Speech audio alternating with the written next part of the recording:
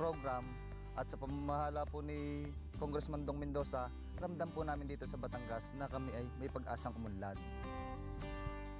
Ang isa pang daing ng mga magsasaka ay ang sobrang taas ng presyo ng abono o yung chemical fertilizer.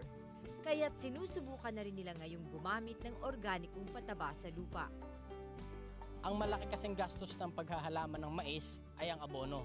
Kung kaya nga tayo ay nagdidisenyo din paano bang magkakaroon tayo ng organikong pataba. Kung saan ang mga magsasaka na din mismo ang makakaproduce ng magagamitin nating pataba sa ating maisan. At ito nga ay ang vermiculture, kung saan ini-introduce pa natin, nagpa-seminar na tayo sa bayan-bayan ay kaapat na distrito para malaman nila kung paano ba yung vermiculture. Marami ng pamamaraan sa paggawa ng organic fertilizer, pero isa na yata sa pinakamura at pinaka-epektibo ay ang vermiculture, ang paggamit ng vermicast o dumi ng mga bulate. Ang vermiculture actually is yung pag-aalaga nitong Burmese worms pag-aalaga nitong African night crawlers in captivity na kinuha natin sila, dinala natin, pinalagaan natin sila ngayon, kinukulture o inalagaan natin sa spaces or beds, what we call them, para i-mass produce sila, na padamihin sila. Yun ang proseso, yung technology na ang ginagamit natin ay na medium, na substrate na binibigay natin sa kanila ay parehas din ang ginagawa nila sa natural. Lahat kasi ng mga biodegradables, mga nabubulok na bagay, basura, yung mga talagang yan ang kinakain nila. Yan ang basic pagkain ng African night crawlers. Halos 7 piso lamang ang bawat kilo ng vermicast kumpara sa 18 piso sa nakasanayan ng abono o yung chemical fertilizer. Kaya't malaking katipiran sa mga magsasaka ang paggamit nito. Sa pagkukulture natin, ang end products natin sa vermiculture or vermicomposting ay yung worm droppings or worm cast. Yung kinakain nila ng mga nabubulok, pag nagpasa system nila, paglabas nun, yun yung tinatawag nating topsoil, yung original na very rich na lupa. Yun ang kagandahan niyan. Yung basura, kinukonvert niya, binabalik niya ng lupa na parang virgin. So humus, actually almost humus na siya. Para siyang classified as guano or yung bat droppings na yan, magaganda yan. Yung mga synthetic guano, yung duopos, yung fossilized fish. Ganyan din ang vermicast. Kaya siya yung maganda. Pag ginamit siya ng mga plantation farmers like rice farmers, corn farmers, yan ang gamitin nila in substitute kontra sa inorganic. I don't have anything against inorganic, but this is another alternative. Isa si Mang Nestor sa tumangkilik ng vermicast bilang alternatibong pataba sa lupa. Anya, tumaas ng halos 40% ang kanyang aning gulay nang subukan niya ang pamamaraang ito. Ang totoo, hindi ko naranasan yung, hindi mas pagmayabang, hindi ko naranasan yung kukunting ani. Kaya lang, ang nasisigurado ko, yung sabi ninyo na ang lupa hindi basta nagkakasakit. Ibig sabihin ko, kahit pwede kong balikan, dahil yung chemical, pagka madaming abono talaga na chemical, sumisira ang lupa, maasim. Yun ang nagiging side effect niya. Ngayon, kung vermicast, patuloy siya na nag-uuyan ng kinakain ng halaman.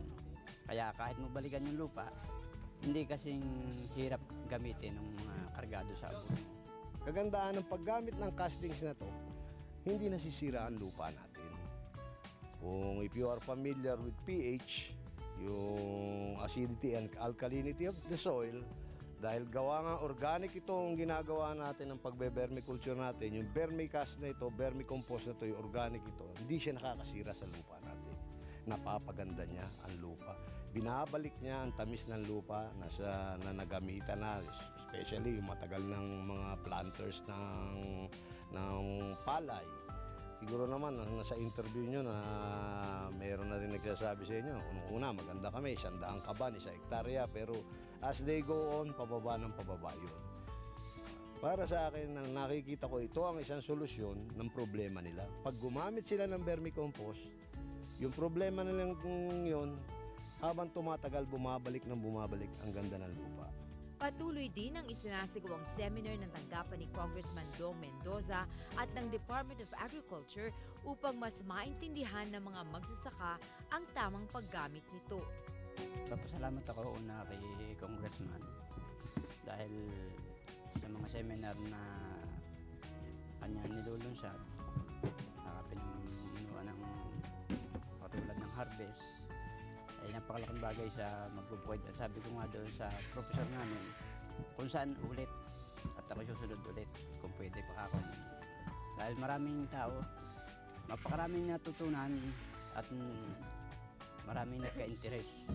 Dahil kung unawain lang yung mga pinag-usapan namin doon sa loob ng 15 linggo na seminar, ay talagang yung kalahati lang ay makuha.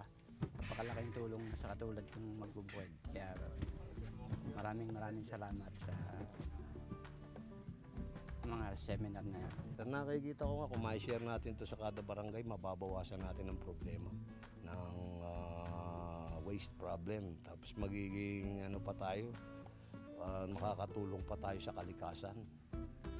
Imbis na susunugin natin yan, natin damo, nakakuha natin, meron palang technology na pwede natin gamitin, padaanin natin kay bulate, na i-convert natin siya ng fertilizer. Tapos si bulate, pwede din natin gamitin. Hindi naman siya mahal, mura itong technology nito. Hindi siya masyadong mahirap gawin, kopyahin. Ang importante lang, maituro natin yung tamang sistema kung paano gagawin. Ang makabagong pamamaraang ito ay isang hamon sa mga magsasaka. Ayon sa mga sumubok na sa paggamit ng vermicast, kailangan lamang ng tiyaga at pasensya dahil unti-unting ibabalik sa atin ng likas na yaman ang ginawa nating pagkalinga sa kanila. Ito po ang palay na aming tanim dito sa farm. Ginamitan po namin ng seeds na binahagi ng aming mabuting Congressman Dong Mendoza.